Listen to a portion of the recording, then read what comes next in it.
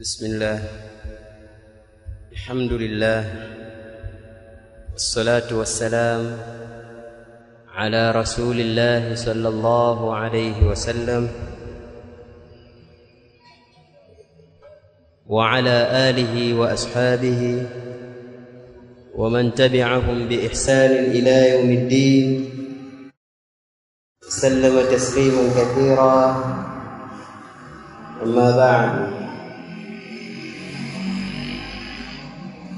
tukiwa katika mwendelezo wa risala yetu hii al-muyassaru fi ahkam as-siyam fi ahkam as-sawm wa adabihi ya al-shaykh al-doktor Abu Aisha Abdul Shakur Muallim. Leo tunaanza majlis ya tatu. Jana wakati tunamalizia majlisi ya pili tuligusia nukta ya itikafu kwenye mlango kaifa nastafidu min Ramadhan, vipi tutapata faida kutoka katika mwezi mtukufu wa Ramadhani. Akaweka nukta ya mwanzo kuhuisha ni usiku ya mwezi wa Ramadhani kwa kisimamo na swala ya tarawih kwa jamaa. Vile vile nukta ya pili kufanya pupa juu ya kuiwahi takbira kuhirimia. Tukaona baadhi ya matendo ya salaf, namna walivyokuwa na hima na juhudi ya kuwahi takbira ya imamu ya mwanzo kabisa. Pia kika nukta katika mambo ya kuyafanya mwezi wa Ramadhani vile vile ni kukaa baada ya salatul fajri kumdhukuru Allah hadi kuchomoza kwa jua. Na kuchomoza huku kwa jua kunakokusudiwa ni qadru rumhi, kiasi cha fumo, kiasi cha mkuki. Jua likishachomoza liinuki kiasi cha urefu wa mkuki kwa mtazamo wa macho wa kawaida. Kisha mtu anaswali rakaa 2.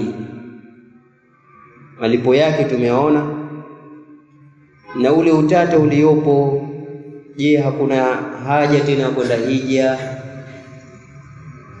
Tukajaribu kuelezea kwa mujibu wa maelezo ya wanachuoni. Pia kika nukta inayofuata ya umra katika mambo ya kufanya ndani ya mwezi wa Ramadhani. Basi ni kwenda umra ndani ya mwezi huu, kwenda kutekeleza ibada ya umra ambayo kufanya kwake ndani ya mwezi wa Ramadhani ta'dilu hajjatan, inalingana sawa kimalipo na ibada ya hija. Pia tukaona maelezo na chuoni kuhusiana na jambo hili kwamba haliondoshi wajibu wa hija kwa mwenye uwezo. Pia nukta inayofuata kisimamo cha Qur'ani na kuifundisha kwake.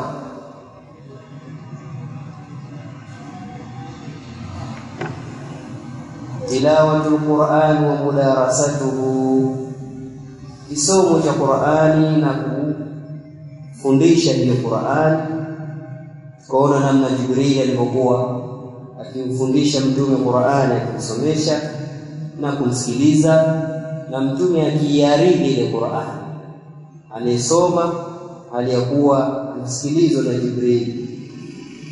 Vile vile tumeona katika fadhila na mambo ya kuyatumia ndani ya mwezi wa Ramadhani ni kuwafuturisha wale waliofunga. Ni miongoni mwa fadhila zake, yule mfuturishaji atapata malipo sawa na yule aliyemfuturisha kwa kuzingatia funga ya yule aliyefuturishwa. Tukaona hilo. Pia tukaona sadaqa katika fursa za kuzitumia mwezi wa Ramadhani ni sadaqa, kwa sababu mtume mwenyewe alikuwa ni ajwadun nas, ni mkarimu wa watu, lakini ukarimu wake unazidi maradufu anapokuwa ndani ya mwezi wa Ramadhani kuliko upepo ulioachiwa. Ukaona nini maana ya upepo ulioachiwa? Kwa mujibu wa maneno ya wanachuoni kama vile Ibn Hajar na al-Imam an-Nawawi katika al-Minhaj. Baada ya hapo akagusia i'tikaf. I'tikaf tukasema tutakujitolea maelezo leo. Kisha akagusia nukta ya kufanya juhudi kutafuta usiku wa cheo kwenye 10 la mwisho la Ramadhani.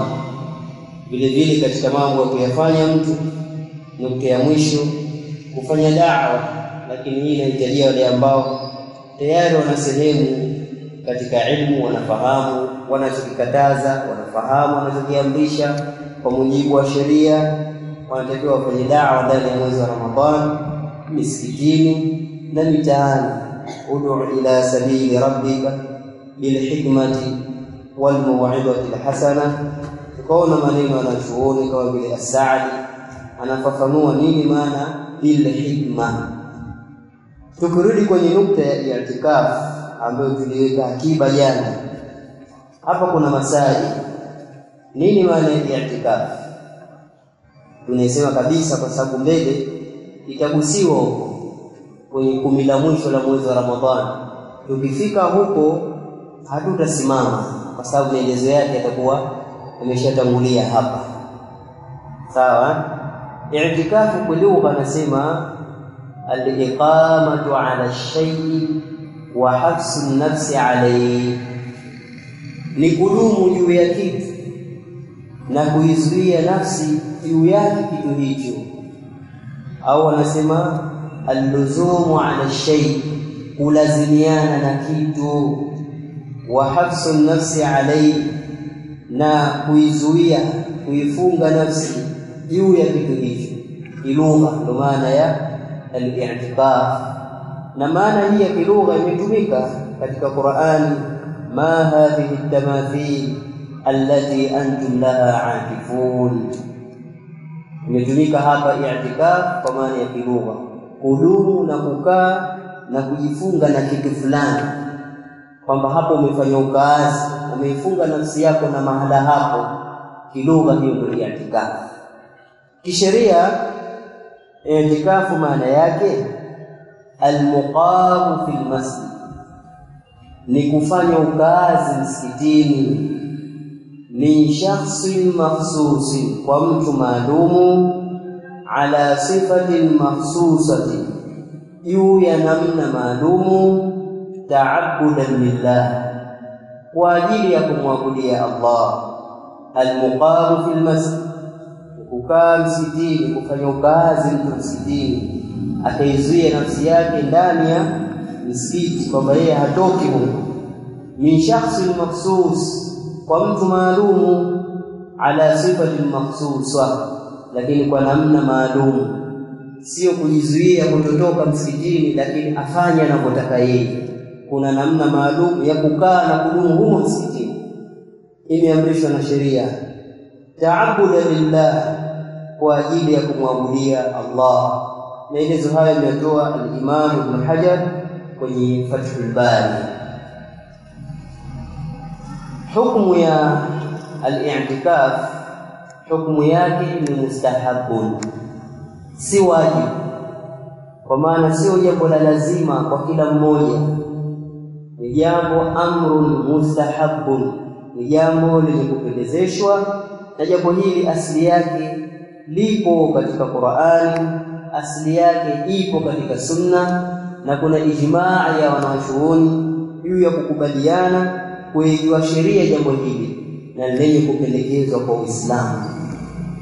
Allah anasema wala tubashiruhunna wa antum aakifuna fil masajid, na wala msiwapige pambaja wao wanawake, kwa maana msiwakumbatie na hali ya kuwa nyinyi ni wenye kukaa itikafu misikitini, kwa maana watengeni wanawake kuwakumbatia, fanya nao jimaa na mengineyo, waacheni na hali ya kuwa nyinyi mpo katika hali ya i'tikaf msikitini. Kwa aya hii imekuja kuelezea i'tikaf shar'an, kisheria, isipokuwa itakuwa ni wajibu itikafu kwa mtu ambaye ameweka nadhiri ya kukaa itikafu.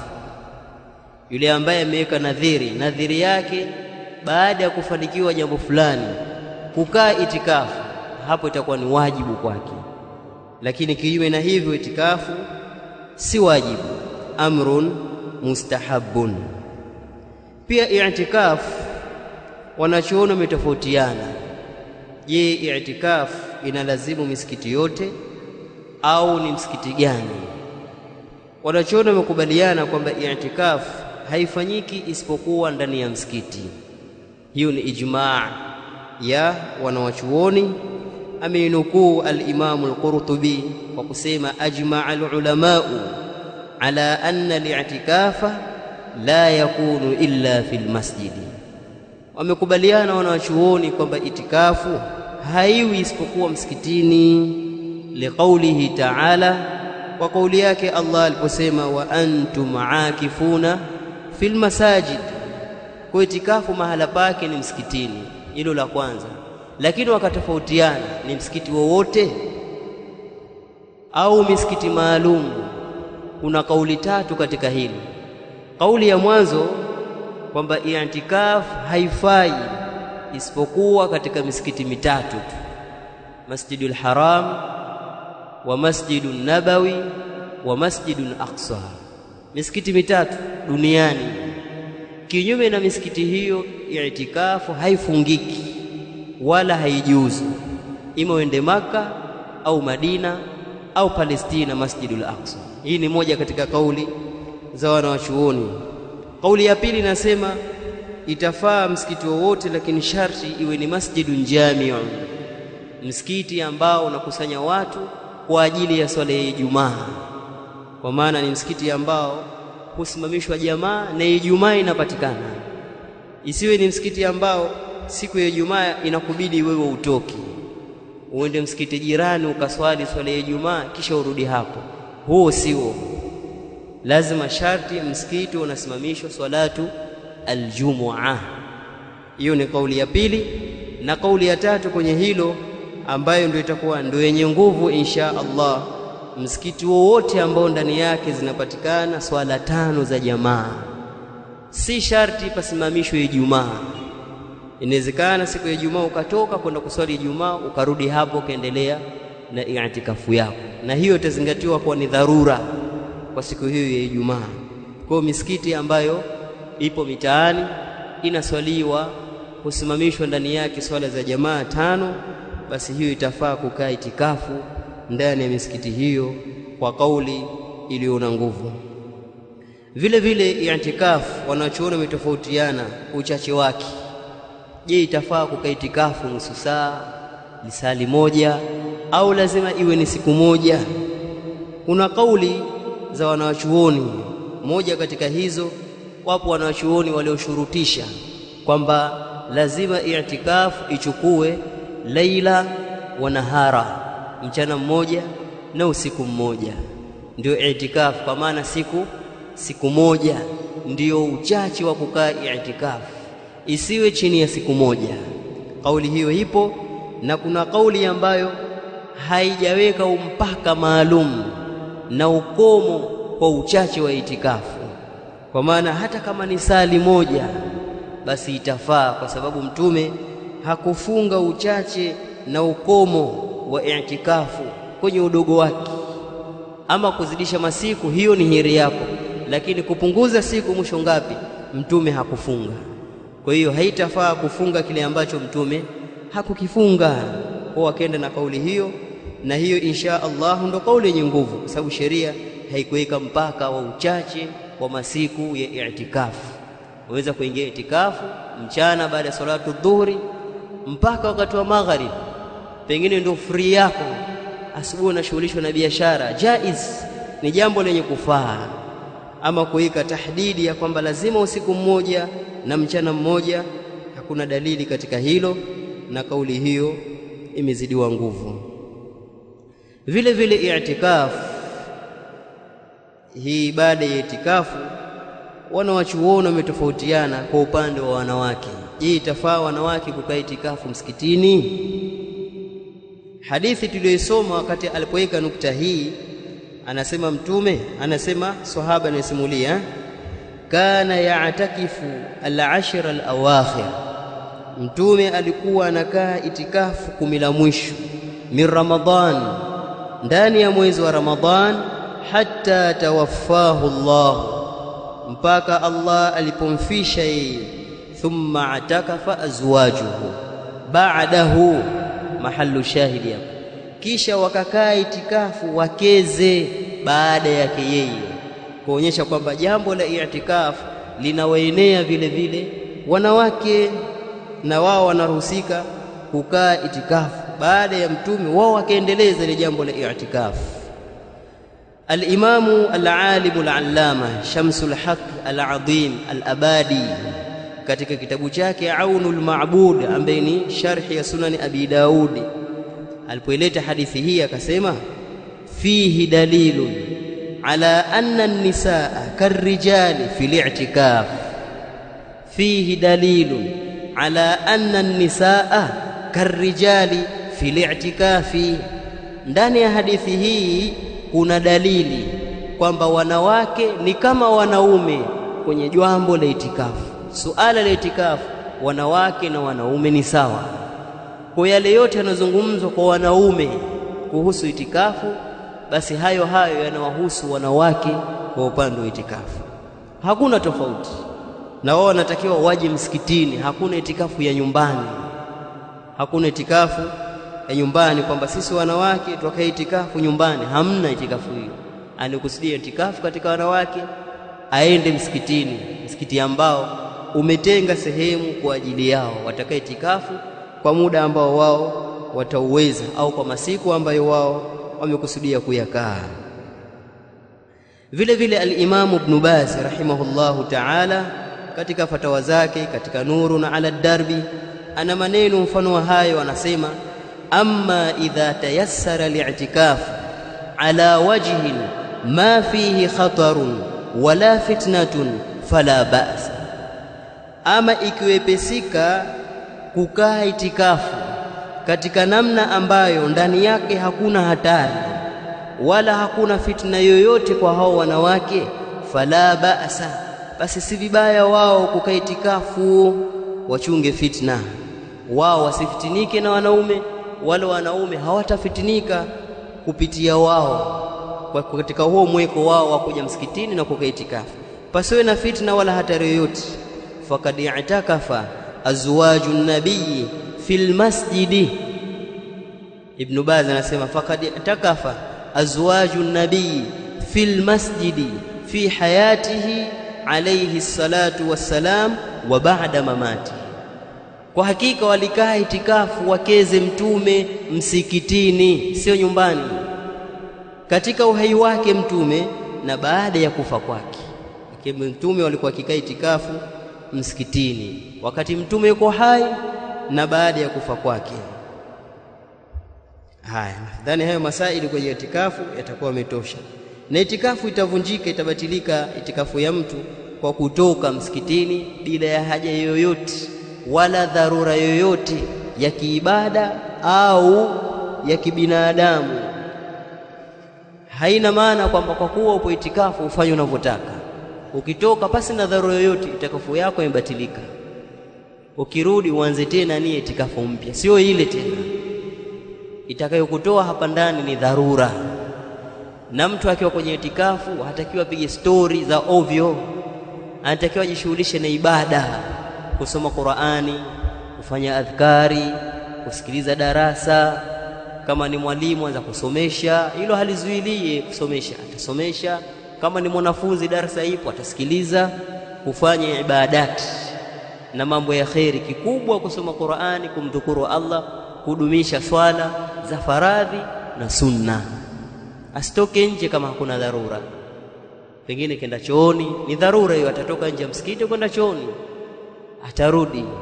Msikiti wa usimamishwe Ijumaa, atatoka kwenda kuswali Ijumaa, atarudi. Lakini kama hakuna dharura za kibinadamu zinazomlazimu yeye lazima atoke, akitoka itikafu yake imebatilika.